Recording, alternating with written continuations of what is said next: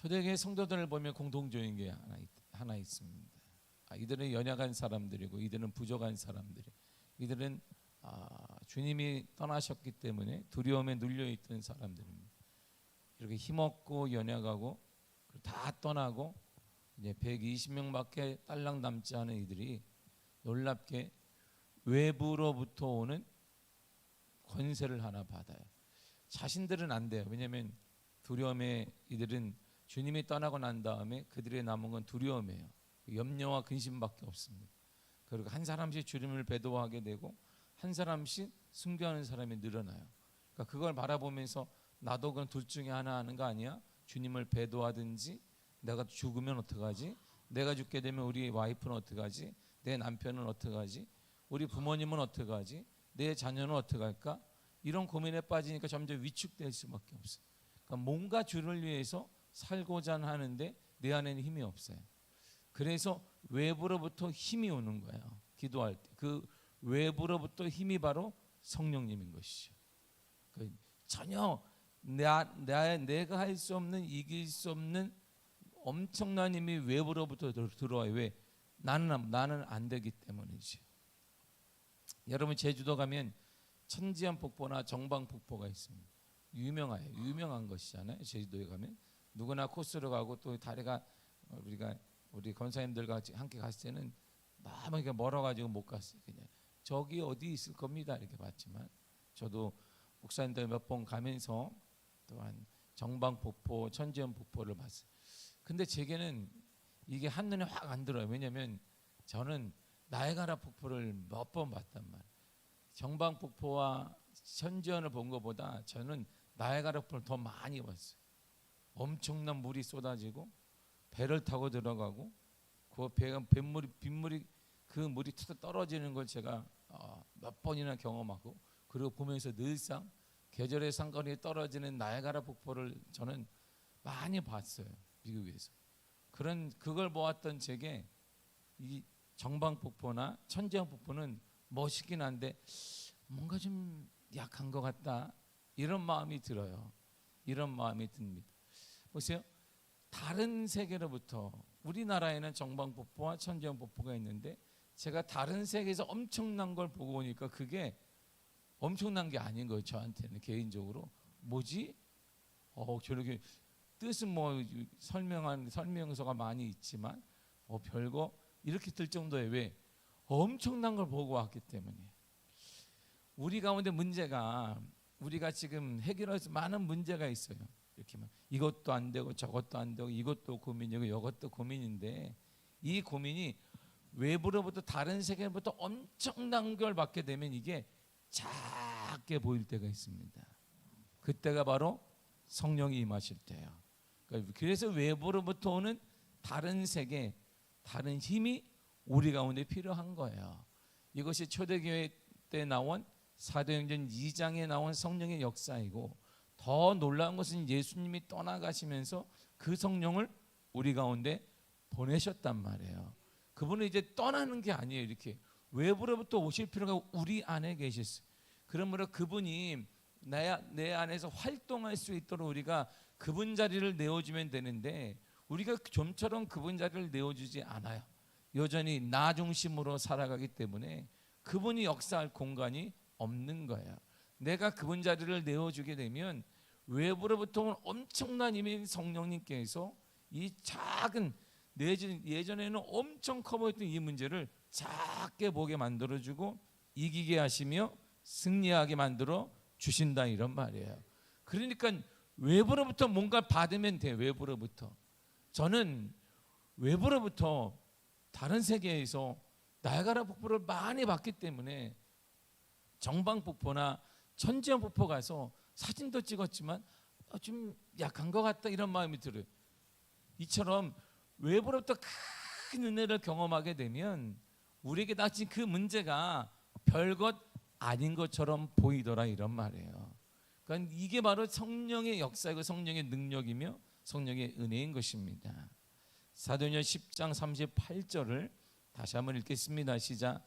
하나님이 나사렛 예수에게 성령과 능력을 기름 붓듯 하셨음에 그가 두루 다니시며 선한 일을 행하시고 마귀에게 눌린 모든 사람을 고치셨으니 이는 하나님이 함께 하셨습니다. 아멘. 예수에게 성령과 능력을 기름 부어 하셨다. 예수님이 성령의 충만한 성령의 기름을 받으니까 선한 일을 행하고 눌린 자를 고치셨으며 하나님과 함께하는 역사가 일어나게 되었다라고 성경은 말해주고 있습니다.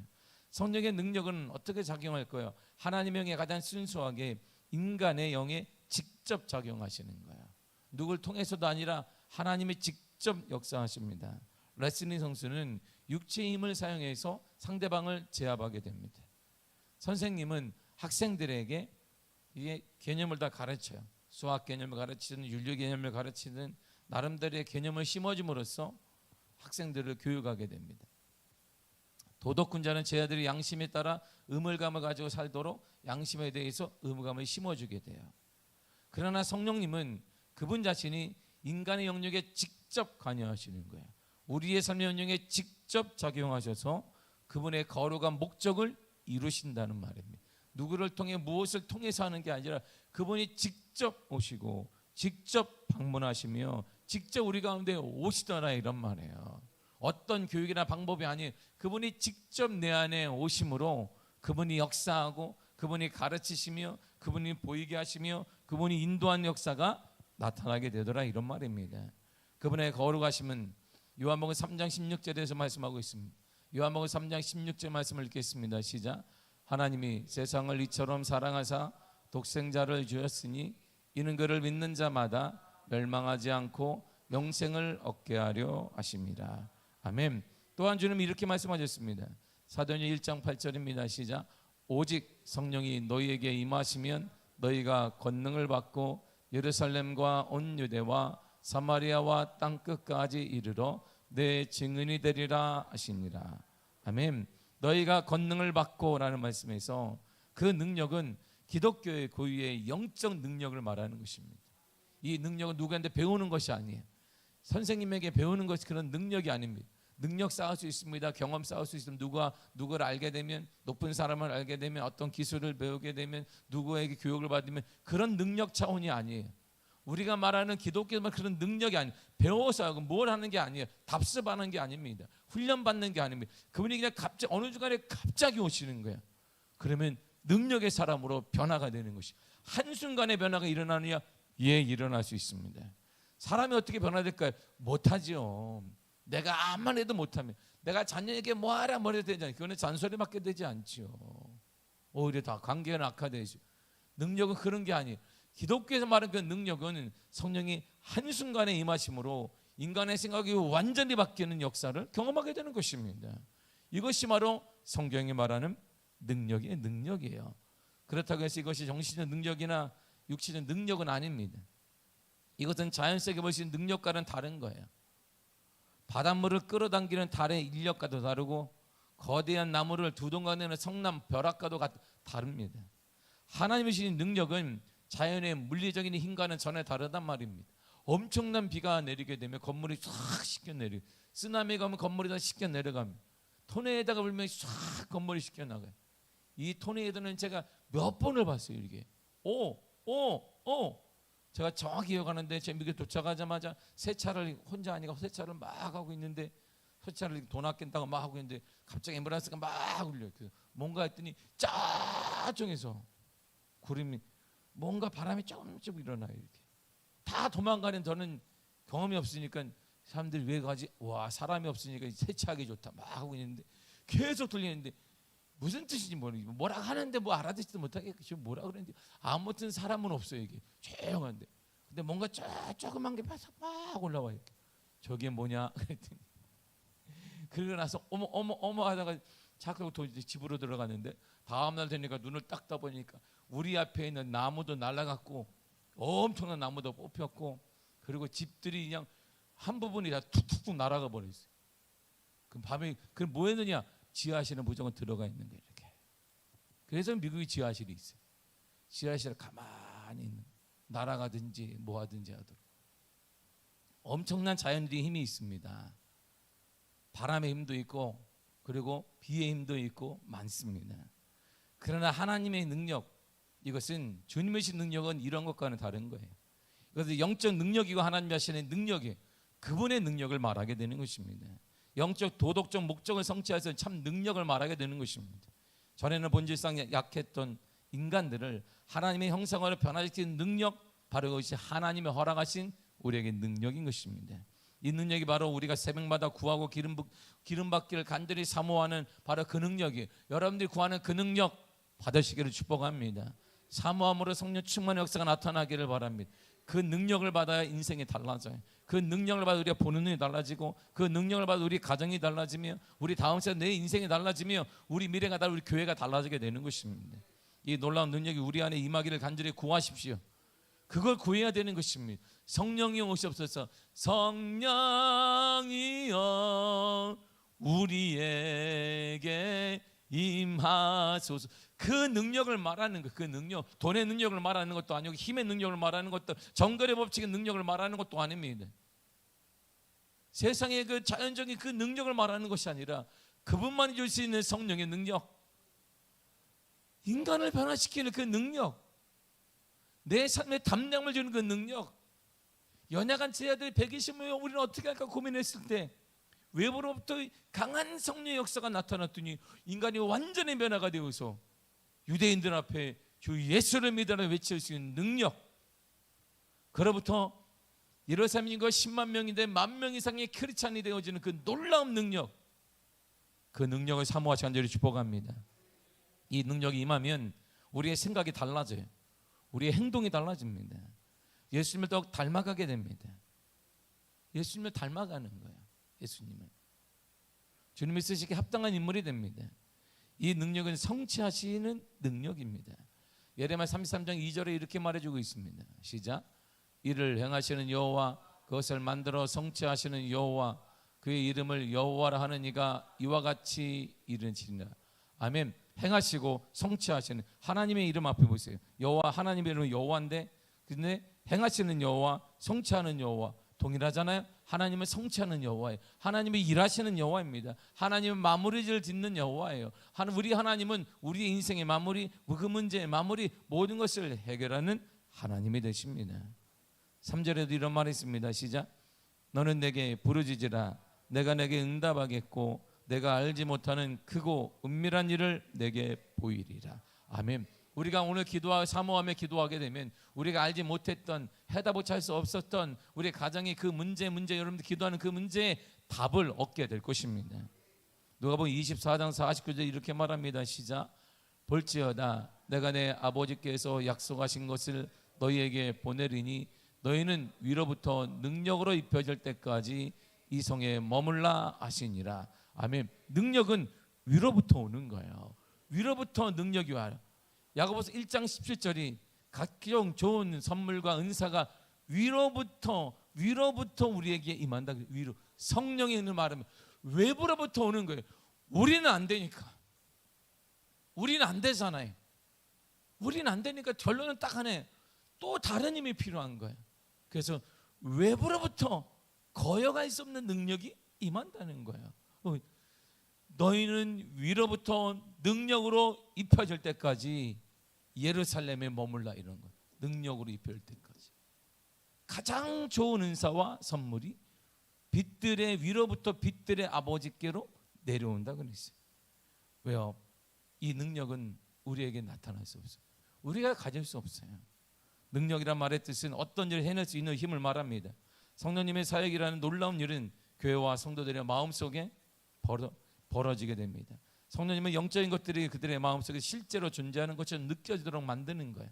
그래서 성령 충만하게 되면 왠지 모르게 가능할 것 같은데, 되겠는데, 치유되겠는데, 부흥되겠는데, 우리 자녀가 쓰임 받겠다, 이런 확신이 막 들어오는 거야. 이런 확신을 통해 예수님이 내 믿음대로 될지어다 이렇게 말씀하시는 것입니다. 성령님의 능력은 마치 창으로 찌르는 것처럼 그들의 마음속에 깊이 파고드는 것이, 그냥 외부적인 잔잔한 게 아니에요. 깊이, 얼마나 아파, 이처럼 성령이 팍 꽂히는 것입니다. 휘발성 물질이 공기 중에서 퍼지듯이 인간의 마음 구석으로 퍼져서 목적을 하나님이 이루어내는 것입니다. 이론적인 우리 지성으로 파악되지 않아요. 우리가 공부를 많이 한다고 얻어지는 거 아닙니다. 성령 능력이 이렇게 되어지는 거 아니에요. 신학책을 많이 연구한다고 되는 것도 아닙니다. 많이 공부한다고 되는 것도 아닙니다. 성령님 그렇게 오지 않아요. 우리가 먼저 그리스도의 임재를 강렬하게 느낄 때 우리 흔히 성령의 능력을 가장 먼저 체험하게 됩니다. 사모하는 자에게, 간절함이 있는 자에게 성령의 능력이 나타나게 되는 것입니다. 그분이 진짜 인격체로 느껴져요. 아, 친밀하게 느껴져요. 그때 그렇구나, 살아계시는 거구나, 나는 혼자가 아니구나, 나는 그런 분을 이겨낼 수 있겠구나, 나는 안 되지만 그분과 함께 이겨낼 수 있겠구나, 이런 실질적인 믿음의 역사가 일어나게 되는 것입니다. 다른 영적인 모든 일들이 마음속에서 분명히 막 일어난단 말이에요. 하나님의 은혜, 죄사함, 그리고 성결의 영 같은 것들이 마치 손에 잡힌 듯이 분명히 느껴져요. 그래, 은혜가 확 느껴져요. 사도행전 3장 19절이 이렇게 말합니다. 시작. 그러므로 너희가 회개하고 돌이켜 너희 죄 없이 함을 받으라. 이같이 하면 새롭게 되는 날이 주 앞으로부터 이를 것이니. 아멘. 보세요. 새롭게 되는 날이 주 앞으로부터 이른다는 것입니다. 죄 없이, 내가 죄 없이 회개하게 되면 하나님이 새롭게 되겠구나. 인생이 달라져요. 인생 완전히 새로워져요. 이전과 다른 인생이 펼쳐지게 된다, 이런 말입니다. 요한에서 5장 14절 이렇게 4절과 5절이 이렇게 말합니다. 시작. 그를 향하여 우리가 가진 바 담대함이 이것이니 그의 뜻대로 무엇을 구하면 들으심이라. 우리가 무엇이든지 구하는 바를 들으시는 줄을 안지 우리가 그에게 구한 그것을 얻은 줄을 또한 아느니라. 아멘. 이전에 기도가 무의미에 느껴졌습니다. 기도하라면 기도가 정말 힘들어요. 가장 힘든 게 뭔지 아십니까? 기도예요. 기도가 정말 힘듭니다. 목회자에게 가장 힘든 게 뭐냐? 기도예요. 기도가 힘들어요. 기도하게 되면 배고파요. 기도가 끝나면 배고파. 우리 못 느끼시는데 기도가 끝나면 배고파요. 세 번 예배 끝나면 제가 뭐 하느냐? 밥 먹어요. 하루 일과를 저는 항상 그렇게 시작하기 때문에 저는 하루 일과를 계속 쭉 이어가기 때문에 그때 가장 먼저 하는 일이 뭐냐? 집에 가서 제가 밥 먹는 거예요. 너무 배가 고파. 새벽 예배 끝나면 너무 배가 고파요. 이렇게. 그 철야예배 끝나면 또 밥 먹어요. 왜? 너무 힘들어요. 그 제가 목사님들과 함께 이게 밤에 기도하고 나면 이 밤에 계속 기도하면 2kg 정도가 살이 빠져요. 와, 그래서 어느 때는 이거 밤에 한 열흘만 하게 되면 20. 와, 할렐루야. 다이어트를 하시거든 기도하시기를 축복합니다. 괜한 거에 돈 쓰지 말고 기도하면 다 돼요. 기도가 무의미해져. 기도가 얼마나 힘든지 모릅니다. 기도를 한들 되겠나? 내 문제는 지금 눈앞에 있는데 기도 한들 되겠나? 근데 이전에 옆에 계신 분과 나누는 달콤한 대화처럼 느껴져. 내가 기도할 때만 하나님이 들으시고 안다. 알아. 내가 너의 아픔 안다. 격려하는 게 느껴져. 걱정하지 마라. 충분히 내가 너희 안다. 이게 느껴져요. 하나님을 향한 사랑과 하나님의 자녀들을 향한 사랑이 우리 영혼을 가득 채우게 됩니다. 그래서 기도하게 되는. 그래서 기도를 할 수밖에 없는 거예요. 그게 느껴지기 때문에. 하나님이 되게 안다. 힘든 거 안다. 염려하지 마라. 내가 널 도와줄 거야. 내가 널 기억한다. 이게 하나님이 계속 저에게 격려하고 힘을 주십니다. 이게 느껴져요. 우리는 천국에 더 가까이 있다는 느낌이 갖게 됩니다. 땅과 하늘은 마치 그 그림자처럼 느껴져요. 이 땅이 다가 아니구나. 천국의 소망이 우리에게 있구나. 그러나 땅과 세상에 실제로 우리가 부인하는 게 아니에요. 제멋대로 살자. 여기에서는 우리가 하늘나라 갈 건데 제멋대로 살아야 천만에 그런 것이 아닙니다. 우리 기독교는 그런 종교가 아니에요. 하늘만 추구하기 때문에 여기서는 막 살아도 되는 거야. 어차피 인생은 천만에요. 그렇지 않습니다. 이 땅에 사는 동안 주님 우리에게 땀 흘려 최선을 다할 것을 주님이 눈이 강조하시며 강조하고 계십니다. 깨달음이에요. 삶의 전반적인 모든 부분에 추구해야 될 바를 우선순위가 무엇인지를 깨닫게 하기를 원하고 있습니다. 우리의 신앙생활에 오르락내리락 하는 약간의 기복이 있을 수 있습니다. 어느 때는 뜨거워졌다가 어느 때는 떨어지기도 하고, 어느 때 기도가 잘 됐다가 어느 때는 기도가 막히기도 합니다. 어느 때 찬양만 불러도 정말 감격이겠다, 어느 때 찬양 부르면 막 짜증날 때도 있습니다. 어느 때 교회 갈 때만 막 기쁘다가 어느 때는 또 가야 되고 교회를 왜 이렇게 자주 모이나 이럴 때가 있습니다. 모든 사람들이 느끼는 거예요. 모든 사람 느끼는 거예요. 모든 사람 느끼. 제 친구들 목사님들 모이게 되면 이번 주에도 설교해야 되나? 막 이런 농담으로 얘기해요. 그러면 해야지. 그러니까 그러게 말이야. 이게 뭐 30년 가까이 하니까 도대체 이게 뭐 너무 많이 하는 거 아니야? 막 서로 막 느끼면서 빠져. 그냥 쉰다 그래. 그러면 그럴까? 그럼 누가 하지?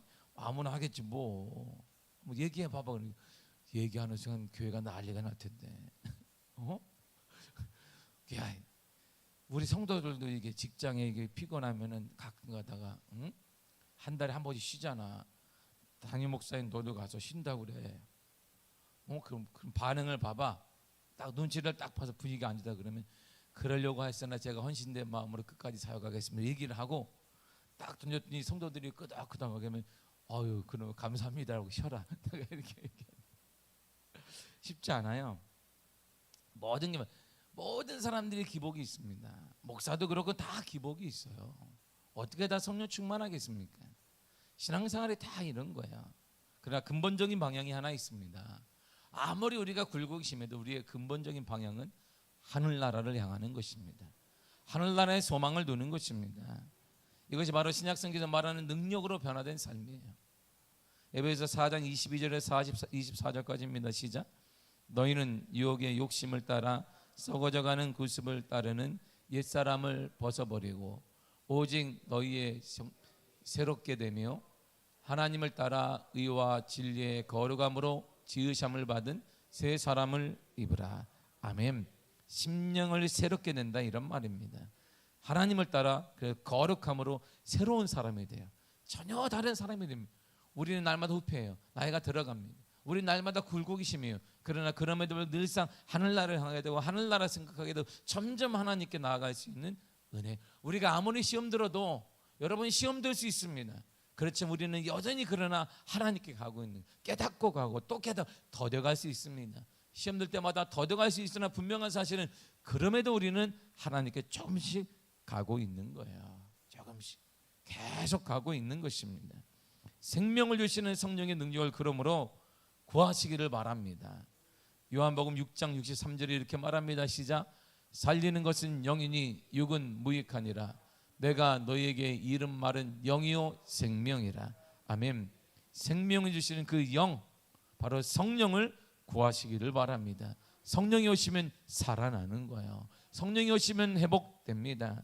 지금 하나님의 교회에 가장 시급히 요구되는 것은 바로 성령님의 능력이에요. 오늘날 교회가 힘이 없는 것, 그리스도인이 힘이 없는 이유는 하나입니다. 바로 성령님의 부재인 거예요. 신앙생활 하는데 성령 체험이 없습니다. 신앙생활을 하는데 우리가 다 도덕적인 교회가 되어버렸어요. 도덕적으로 윤리적인 교회가 되었습니다. 아주 윤리적으로 깨끗한 사람들이 모였습니다. 근데 하나님의 일이 안 돼요. 왜요? 성령의 은혜가 없기 때문인 것입니다. 교회가 무너지는 것, 교회가 힘을 잃은 것은 지식을 많이 못 배웠기 때문이 아닙니다. 오늘날처럼 많이 배운 목사님들이 어디 있겠습니까? 많이 배운 성도들이 어디 있겠습니까? 그런데 왜 교회는 힘이 없습니까? 가장 중요한 성령의 능력을 경험하지 못했기 때문에. 말로만 들었고 지식으로만 알았지 그분의 역사, 그분의 감격, 그분의 감동, 그분의 위로 그 경험한 적이 없기 때문에 늘상 지식으로만 보는데 어떻게 그분이 역사하겠습니까? 그래서 교회가 지금 오늘날 힘이 없는 거야. 더 많은 교육, 더 탄탄한 조직, 더 세련된 방법들, 그리고 예배당의 화려한 시설들, 더 비싼 장비들이 계속 교회 안에 들어오고 있습니다. 그러나 이 모든 것들이 문제를 해결해 주는 것이 아닙니다. 이런 것들은 마치 환자가 죽은 다음에 가져오는 인공호흡기와 같아요. 환자가 이미 죽었는데 인공호흡기를 단들 무슨 소용이 있겠어요? 교회가 죽었는데 거기다 더 좋은 거, 더 좋은 세팅하라고, 더 좋은 거라고 계속 좋은 거 갖고 와요. 지금 교회는 죽어가는데 뭐 하겠습니까? 아무 의미가 없는 거예요. 아무 의미 없는 것을 우리가 지금 하고 있습니다. 아무리 좋은 인공호흡기를 달아도 인간이 죽으면 끝나는 것이지. 지금 우리가 상태가 이런 것이지.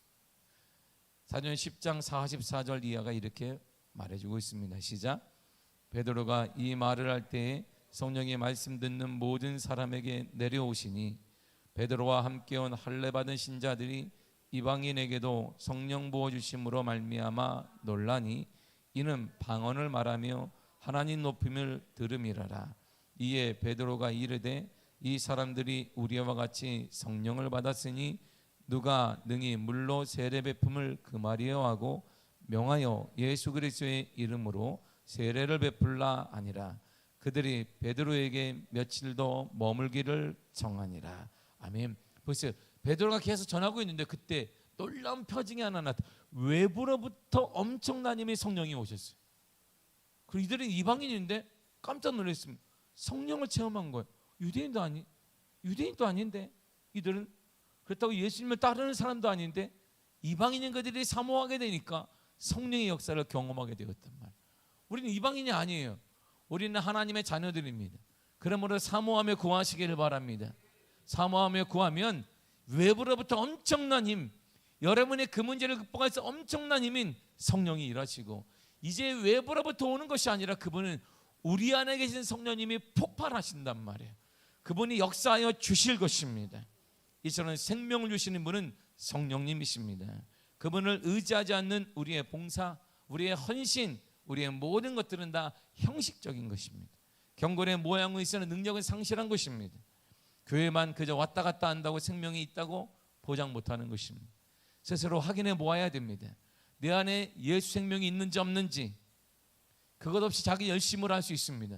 여러분의 열심으로, 여러분의 습관대로 할 수 있습니다. 여러분의 직분 때문에도 할 수 있습니다. 아무 의미가 없어요. 그건 우리에게 생명을 주지 못해요. 살아나게 하지 못해요. 나도, 기쁨도, 내게 기쁨도, 내 가정도, 우리 다음 세대도, 우리의 자녀도 살아나지 못하게 만듭니다. 그러면 내 안에 성령님이 계신지, 성령의 역동성이 있는지, 감격이 있는지를 확인해 보아야 합니다. 이번 특세 기간 동안 여러분 안에 있는 껍데기 신앙을 다 벗어 던지시기를 바랍니다. 껍데기는 필요하지 않습니다. 껍데기는 짐만 되는 것입니다. 형식은 짐만 되는 거예요. 우리의 직분은 다 짐입니다.